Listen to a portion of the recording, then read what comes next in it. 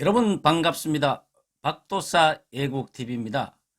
이 사람이 살아가는 데 있어 가지고 은혜를 원수로 갚으면은 우리는 그것을 한마디로 배신이라 그럽니다.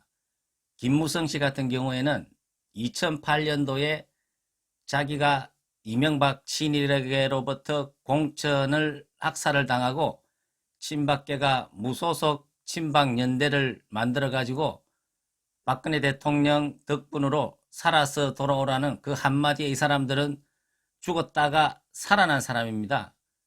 이런 사람이 박근혜 대통령을 탄핵을 시키고 얼마 전에는 조선일보 인터뷰에서 총선 불출마 선언했던 것을 번복을 하고 야권이 통합이 되면 험지인, 강주든 여수든 다시 출마하겠다. 정말 염치 없는 이런 터무니없는 소리를 하고 있습니다. 심지어는 박근혜 대통령의 애국심을 믿는다. 통합의 메시지를 내달라.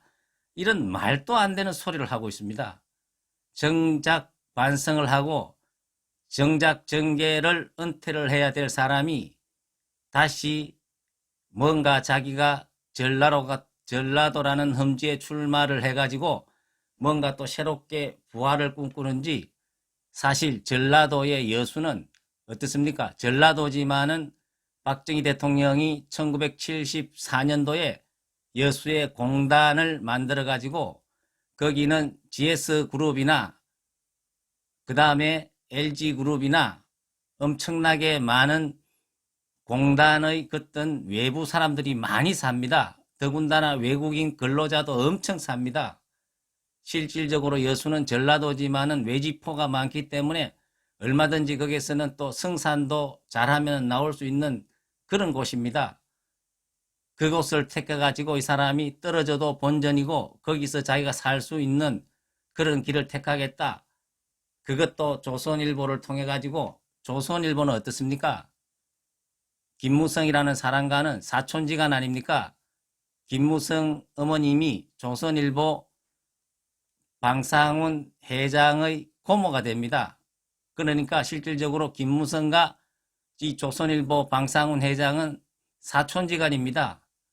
그러니까 김무성 씨가 박근혜 대통령 탄핵을 주도할 때 얼마나 조선일보가 앞장을 섰습니까? 지금도 똑같은 염치 없는 짓을 하고 있다고 그렇게 저는 생각을 합니다.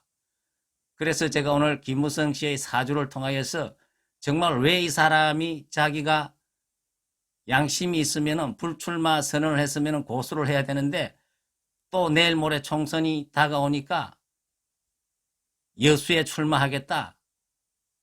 정말 생사람을 잡아가지고 감옥에서 엄청 고생하고 있는 박근혜 대통령한테 이 나라가 이 모양 이 꼴 되도록 만드는 장본인들이 또 그것을 박근혜 대통령한테 풀어달라. 정말 이것은 말도 안 되고 염치도 없고 덩치만 큰 사람이 사나이로서 정말 해서는 안 되는 그런 말을 하고 있다. 저는 이렇게 생각을 합니다. 그래서 이 김무성 씨의 사주를 보면은 이 사람은 1951년 9월 20일 나이가 68세입니다. 신묘년 정묘월 개해일 이렇게 사주를 구성하고 있습니다. 시를 모르기 때문에 3주만 가지고 보면은 이 사람 같은 경우에는 굉장히 어떤 상부 자리가 조상이나 부모 자리가 굉장히 천을 기인으로 자리 잡고 있기 때문에 부모의 덕을 엄청나게 봤다. 그렇게 볼 수가 있습니다. 그리고 신묘년의 묘는 본인의 일간인 개수의 천을 기인인데 식상으로 자리 잡고 있기 때문에 식신이라는 것은 어떻습니까? 먹을 복을 이야기하기 때문에 잘 먹고 잘 사는 복입니다. 그래서 그런지 이 사람은 상부에 덕을 많이 봐가지고 재산도 130억이 넘는 엄청난 그런 재산을 보유하고 있습니다. 현금만 하더라도 100억이 넘는다 그러니까 실질적인 재산은 엄청나게 많다고 봐야 됩니다.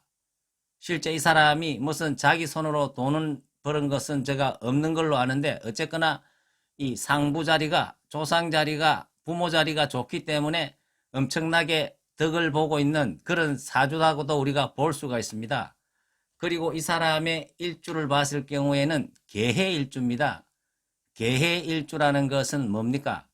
지지에 겁재를 깔고 있기 때문에, 그리고 그게 가장 신 왕지로 깔고 있기 때문에 엄청나게 욕심이 많고 엄청나게 자기 고집이 강하다고 우리가 볼 수가 있는 것입니다. 그리고 이 사람의 사주의 특징은 어떻습니까? 격으로 봐서는 유금이 천간에 투출을 해가지고 편인격이라고도 볼 수가 있습니다. 이 편인격 같은 경우에는 굉장히 사람이 머리가 좋고, 반면에 어떻습니까? 자기의 진태가 굉장히 불분명합니다. 뚜렷하게 자기가 하는 말을 지키지 못하고 왔다 갔다 하는 그러한 경향이 많고, 또 남을 의심을 하는 그러한 경향이 많다고도 볼 수가 있습니다. 그리고 이 사람 같은 경우에는 이 사람 사주의 지지에는 어떻습니까? 묘유충으로, 이 묘유충이라는 것은 본인이 어떻습니까? 자기를 도와주었는 자기 상부 자리를 충하기 때문에 어찌 보면은 은혜를 원수로 갚는 그러한 기운이 사주 속에도 들어있다고 볼 수가 있습니다.